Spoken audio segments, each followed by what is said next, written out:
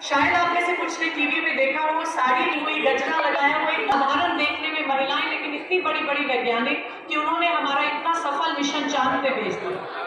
तो एक तरफ तो महिलाएं पढ़ लिख के इतना तरक्की कर रही हैं और दूसरी तरफ आज भी इस प्रकार का अपराध घर घर में घट रहा है। इसकी क्या वजह है? इसकी वजह यह है कि हम इसके खिलाफ आवाज नहीं उठाते, इसका खंडन नहीं करते। अगर हमारे पड़ोस के घर में घटता है या हमारे किसी परिवारजन के साथ घटता है, हमें लगता है इनकी आपस की बात है, इसमें मत पड़ो। चाहे कोई पढ़ा लिखा हो, अनपढ़ हो, अमीर हो, हम ये कहना बंद करें कि अरे ये तो घर में आपस की बात है, इसमें हम क्या पढ़ेंगे। यदि आपके कोई परिवार की बच्ची या आपके आस पड़ोस में कोई इस प्रकार का उत्पीड़न सह रहा है, हम सबका ये फर्ज बनता है कि हम उनको हिम्मत दें कि वो इसके खिलाफ आवाज उठाएं, पुलिस से मदद लें। अधिकतर महिलाएं पुलिस के पास आने में संकोच करती हैं क्योंकि वो पति पे या ससुराल जनों पे आर्थिक रूप से निर्भर हैं।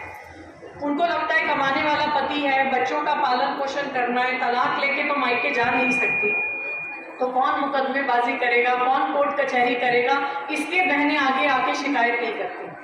लेकिन हम आपको ये बताने के लिए यहाँ आए हैं कि पुलिस सिर्फ मुकदमा नहीं लिखती है।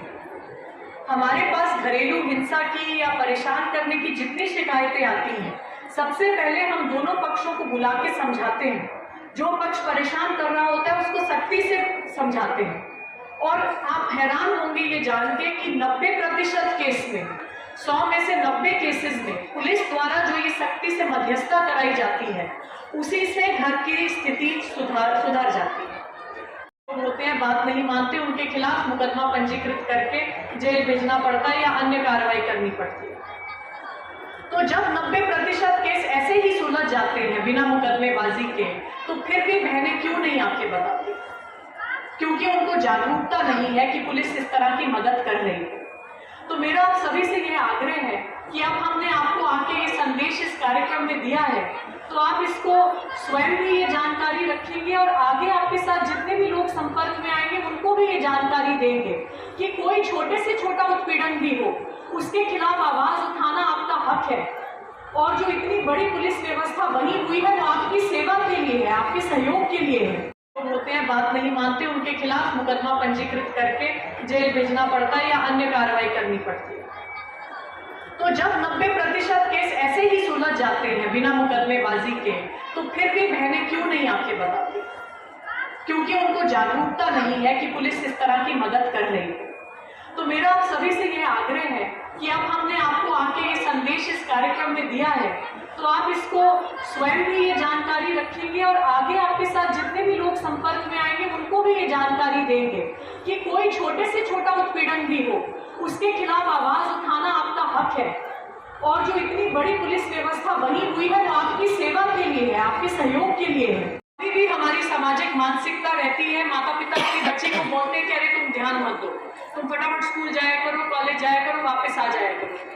लेकिन आप ये सोचिए कि जिस बच्ची के साथ में इस तरह का घट रहा है या किसी महिला के साथ घट रहा है, वो कैसे अपने काम पे ध्यान दे सकेगा?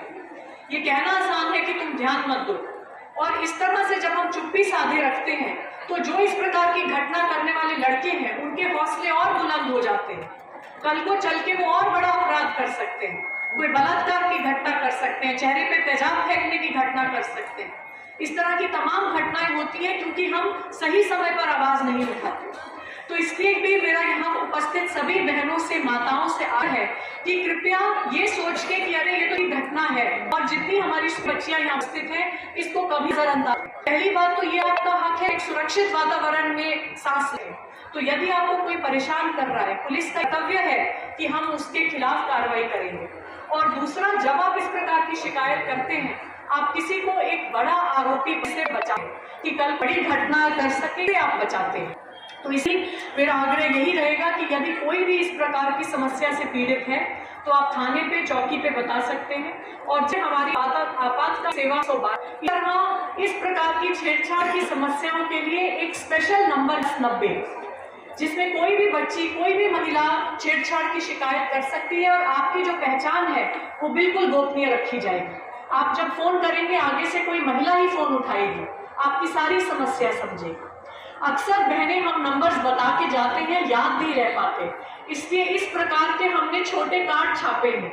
आज मैं ये बहुत बड़ी संख्या में लाई हूँ, हम सभी बहनों को ये देंगे। मेरा अनुरोध है कि इसको संभाल के रखें। जितने हेल्पलाइन नंबर मैं बता रही हूँ और चित्रकूट पुलिस का नंबर इस पे रखा है।